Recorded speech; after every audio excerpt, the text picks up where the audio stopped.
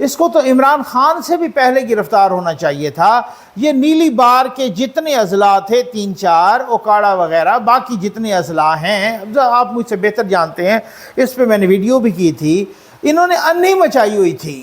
انہوں نے مطلب ایک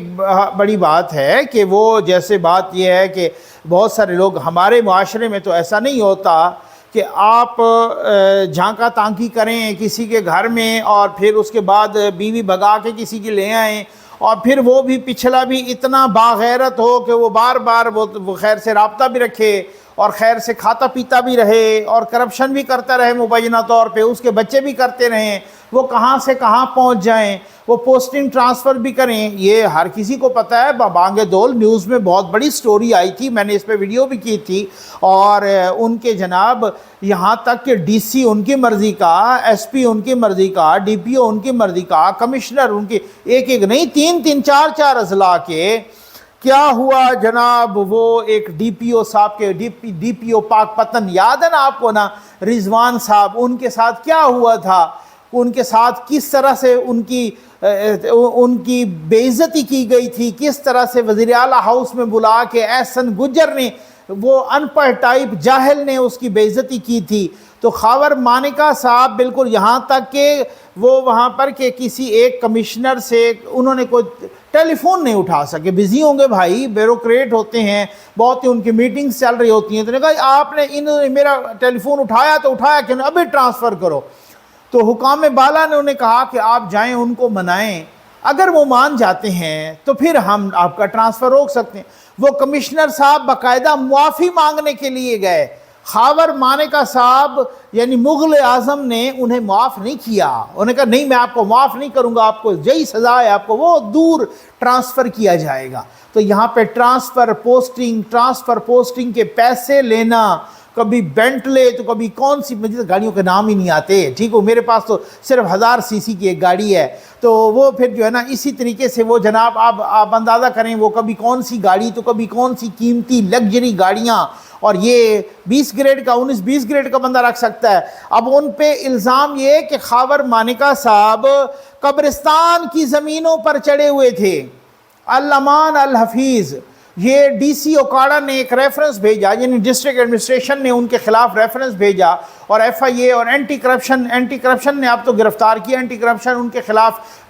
پوری انکوائری کر رہی تھی۔ قبرستان کی اراضی پر وہ چڑھے ہوئے تھے، قبرستان کی اراضی پر پلازے بنانا اور باقی بلڈنگز بنا، اوقاف کی زمین پہ چڑھے ہوئے تھے۔ اب اس طرح کے یعنی قومی خزانے کو کروڑوں کا نقصان، اوقاف کی زمین پر جناب وہ قابض، اور قبرستان کی زمین پہ وہ قابض۔ وہ کون سا پیر اسلام کا قبرستان تھا کہ کون سا قبرستان تھا، اس پر جناب یہ قابض۔ تو بہرحال اب وہی والی بات ہے کہ یہ کب تک بکرے کی ماں کب تک خیر منائے گی، لو آپ اپنے دام میں سیاد آ گیا۔ خیر اتنا جلدی تو سیاد نہیں آیا، سیاد کو بہت پہلے ہی اپنے دام میں آنا چاہیے تھا، لیکن یہ وہی والی بات ہے کہ اسی وجہ سے تو گوگی نس گئی ہے۔ گوگی نے ٹھیک کام کیا ہے، ملک ریاض کا طیارہ پکڑا اور خیر سے یوں کر کے نس گئی، ٹھیک ہے نا۔ خاور مانیکا صاحب بہت لیٹ نس رہے تھے، اس وجہ سے وہ پھر جو ہے نا پھڑے گئے۔ تو جلد ہی سنا ہے کہ پنکی بھی پھڑی جانی ہے، اگر یا تو وعدہ معاف گواہ بنے گی تو یا پھر وہ پھڑی جائیں گی۔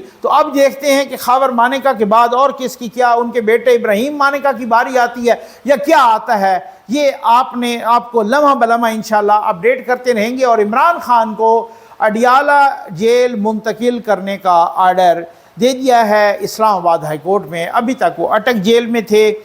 تو اٹک جیل میں تو وہ اس وقت گئے تھے نا کہ جب ان کو سزا ہوئی تھی پچھلے کیس میں، تو پھر جب ان کو سزا ہوئی توشہ خانہ میں تو اس وقت وہ اٹک جیل میں گئے، اور پھر اس کے بعد اس دوران وہ سائفر میں بھی ان کی گرفتاری ہو گئی۔ آج اٹارنی جنرل نے چیف جسٹس عامر فاروق صاحب سے کہا ہے، کیونکہ یہ کر رہے تھے بہت سارے دنوں سے، ان کے وکلاء یہ کر رہے تھے کہ جی آپ ان کو اڈیالہ جیل میں منتقل کریں، تو اڈیالہ جیل میں ان کو منتقل کرنے کا ابھی اس کو وہ نہیں کیا گیا تھا اٹک جیل میں۔ تو ابھی عامر فاروق صاحب نے کہا ہے کہ جناب ان کو اڈیالہ جیل منتقل کریں، وہ سابق وزیر اعظم ہیں، وہ پڑھے لکھے ہیں، اڈیالہ جیل میں جو سہولیات ہیں وہ ان کو سہولیات یعنی بی کلاس ان کو پرووائڈ کرنی چاہیے، اور جو ان کا رائٹ بنتا ہے قانون اور آئین کے مطابق کسی کے حقوق وائلیٹ نہیں ہونے چاہیے۔ تو اٹارنی جنرل نے کہا کہ جناب سائفر کا جو آرڈر ہوا تھا وہ بھی اٹک جیل کا ہوا تھا، تو چیف جسٹس عامر فاروق صاحب نے کہا کہ جی ہاں بالکل وہ اٹک جیل کا ہوا تھا، لیکن وہ اس وقت اس لیے ہوا تھا کیونکہ وہ آلریڈی اٹک جیل میں تھے اور وہ کنوکٹ تھے، اس وقت وہ مجرم تھے، اب ان کی سزا سسپینڈ ہو گئی ہے، اب وہ انڈر ٹرائل ملزم ہیں، تو اس وجہ سے انڈر ٹرائل ملزم کو جو اسلام آباد کے ہیں اس لیے ان کو اڈیالہ رکھنا پڑے گا۔ اب دیکھتے ہیں کہ اڈیالہ آتے ہیں یا کوئی اور کیس بن جاتا ہے یا کوئی اور سلسلہ ہوتا ہے یا وہ بات نہیں مانی جاتی یا کیا صورتحال۔ ویسے اسلام آباد ہائی کورٹ کی مجھے لگتا ہے بات مانی ہی جائے گی، کیونکہ اسلام آباد ہائی کورٹ بھی قانون آئین آگے آپ خود سیانے ہیں بڑا کوآپریٹ کر رہا ہے۔ اچھا چلیں سوری، اگر مقصد کہنا کہ یہ قانون اور آئین کے مطابق، تو بہرحال اب وہ آتے ہیں یا نہیں آتے، میرا خیال ہے میری اپنی پرسنل اسیسمنٹ یہ ہے شاید وہ آ جائیں۔ اب یہاں آ کے ان کو سہولیات ملتی ہیں یا نہیں ملتی، ایک بیل بھی لگی ہوئی تھی عمران خان صاحب کی، اب پتہ نہیں کہ وہ بیل ان کو ملتی ہے یا نہیں ملتی، یا یہی ان کو اڈیالہ جیل کی منتقلی میں ہی بیلنسنگ ایکٹ کے تحت وہ بیل ریجیکٹ ہو جاتی ہے۔ دیکھیں ہوتا کیا ہے، آپ کو انشاءاللہ ہم لمحہ بلمحہ باخبر رکھیں گے۔ امید ہے آپ کو ویڈیو پسند آئی ہوگی۔ آپ کا بہت بہت شکریہ۔